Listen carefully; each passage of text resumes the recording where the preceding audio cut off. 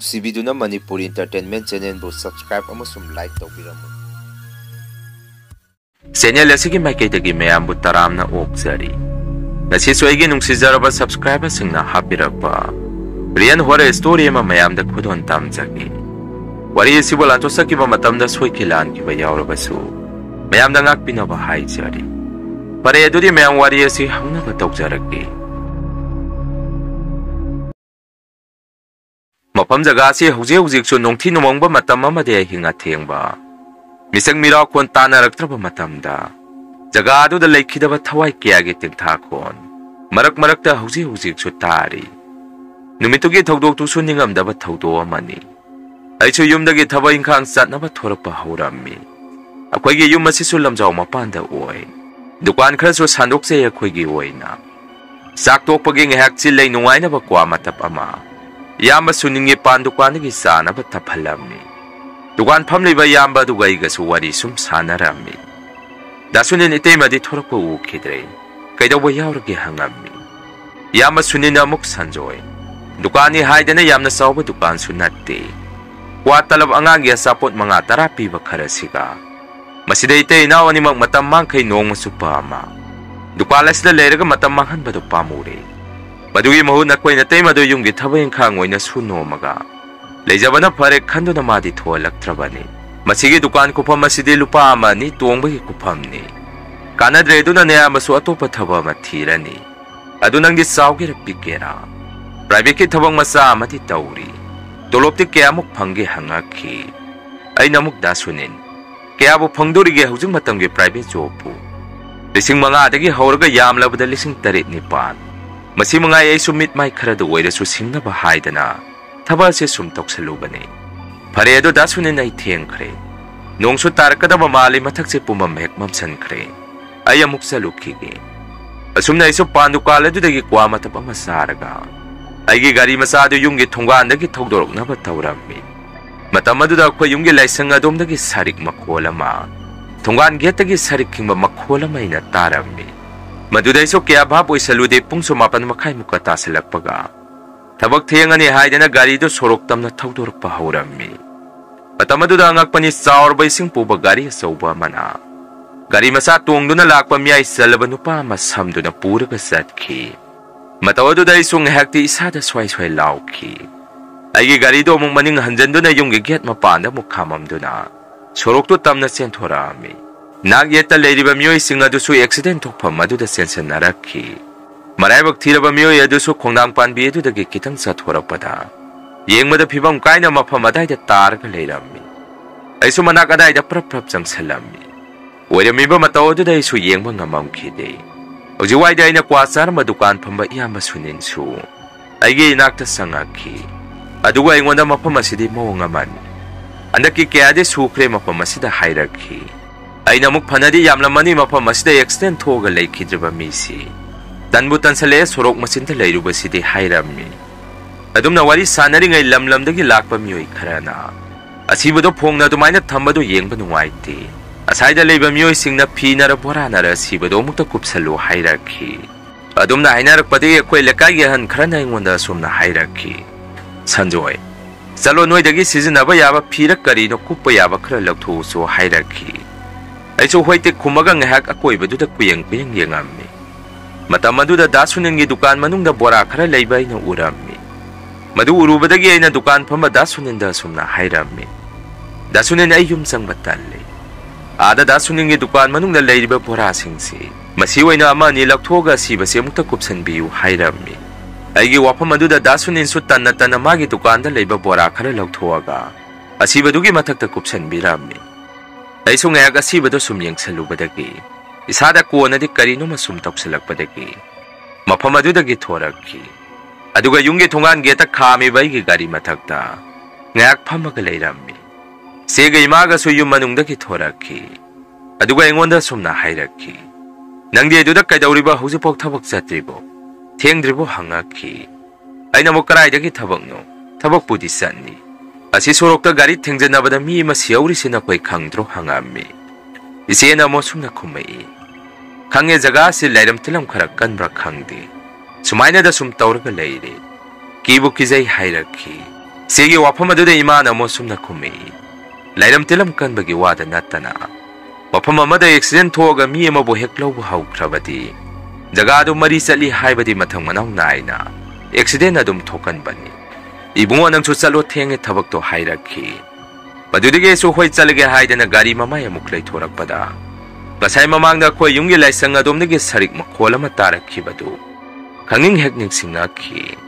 Madueng ning singak padage so imada haipet onthoga sumna hairami.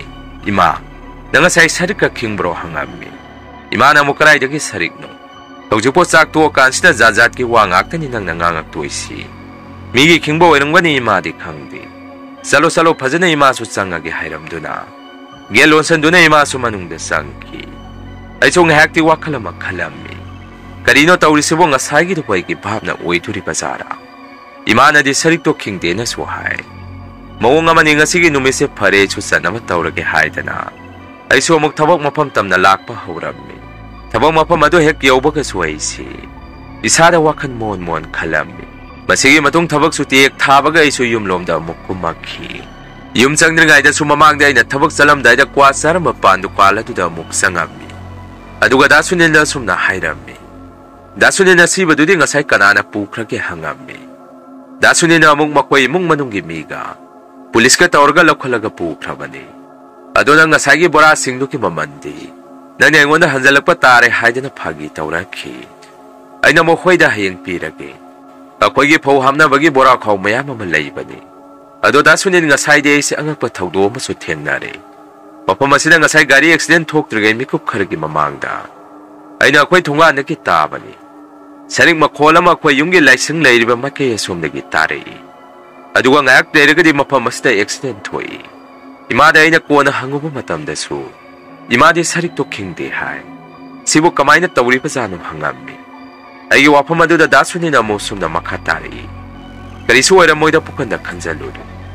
Sorong masingo oira gari makhon singsinga nangi bhamna oiramgani. Natraga migidagi oirambasu yai. Adu noide horen kharadi tamnarani do haidana.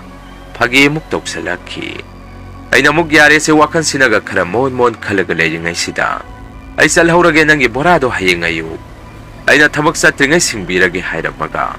Ai so yumda muk changami. Imaga sega so TV yenga ka leirammi. Ai so khangau phiron hongtoga gi kadang hak potharami. Masigi matung numidangi saising toga phamungda sangamdai. Batamadai da nong sukkanna muksu tharakhi. Nonga kana surakpadu da isu isadana hankai gi iman manadaba. Mataw amada kharak kithikirum tawrammi. Wakanda so soroka taina na leichalle. Pre numidanga thengmada accident na leikhidaba miyoy aduna.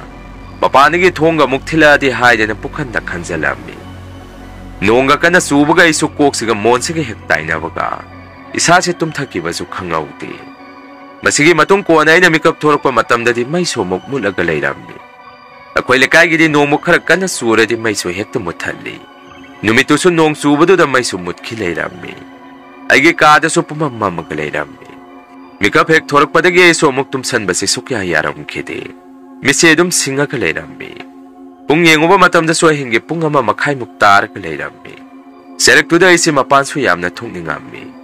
Adubo mamangi thogdoktuda isi phamungdagi kumthaba kirammi. Maduna iso imare isiara. Makoina yawolakpagi makhola matabu hektara abadi. Awalaga mapando thurage khalammi. Naga dumna leiringe saraga duda angakpani. Sorokromdagi kanna suriba nongi makhon marakadudagi.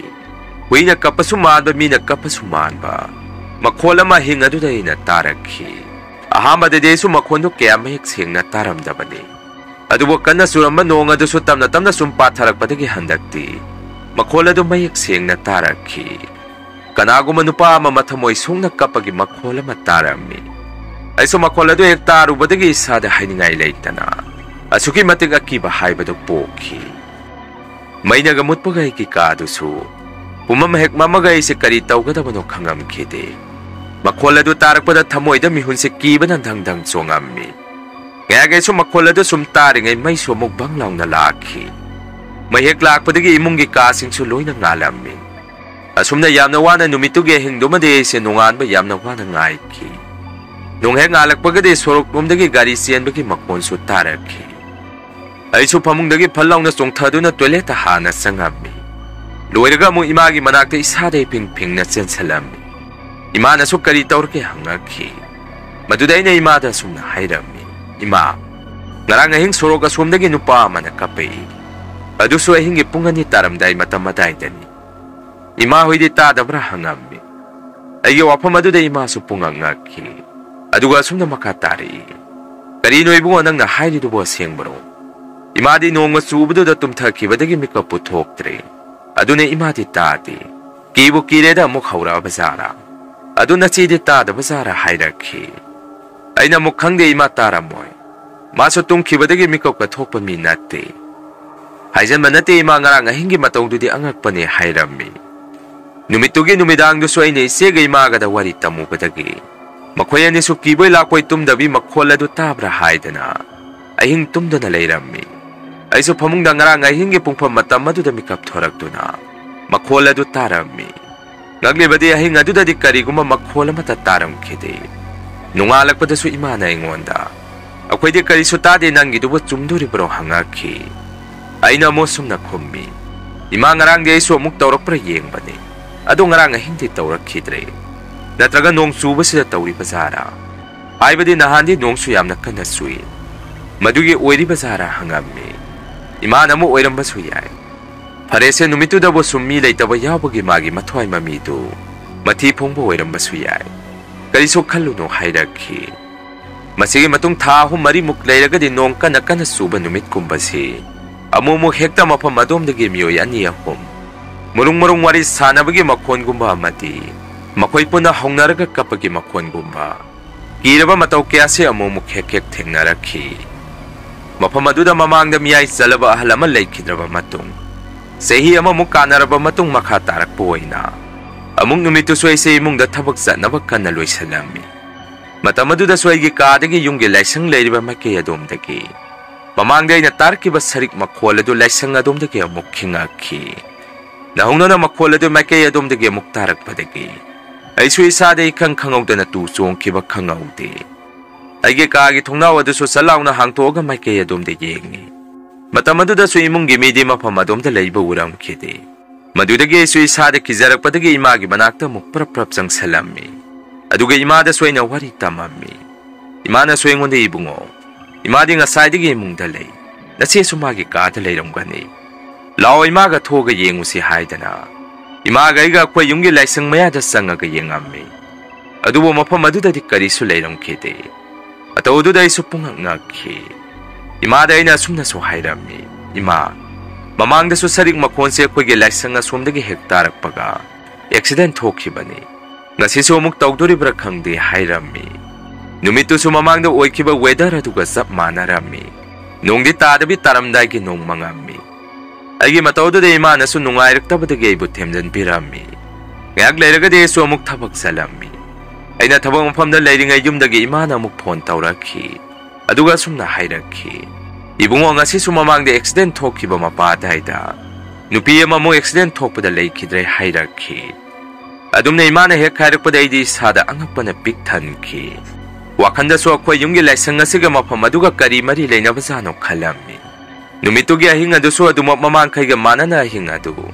Nupi nupa kapag imakon kaya matarami. Anakti ako'y da natanamiyoya naman ang makondo tado na layrami.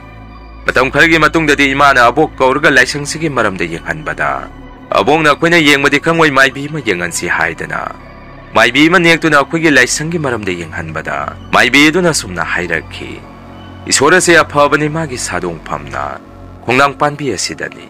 Mapamado da kudong tiba misimina yawrak kadore hayda na. Nako'y yung gi isora sina sarik makonda. Nako'y da hanak kangalak pa ni. Kariso tawray isone pazana tawnizaw. Nakoy imong sinungay kiba kangawroy hayraki. Asumna mapamado da accident bo hek thorak kadore hayradi. Akoy isora se sarik makonda. Yung gimyoy akoy da han hekta kangan birami. Mapamdo so sa hiyamagi manungda miya mamamdi atum lawi. Accident hoga laikidaman numituma de ahingsi. Mapamadumdagi mi kapa makonso dum tarami. Tangnari ba matanggi ahingda na mo kariso tawdi. Masini mapamdogi akiba wari. Ahalaman sing na haibada sumanakta horiba layway na ba kung nang panbiyado. Tekagi miyo sing na mayba may bitana dana.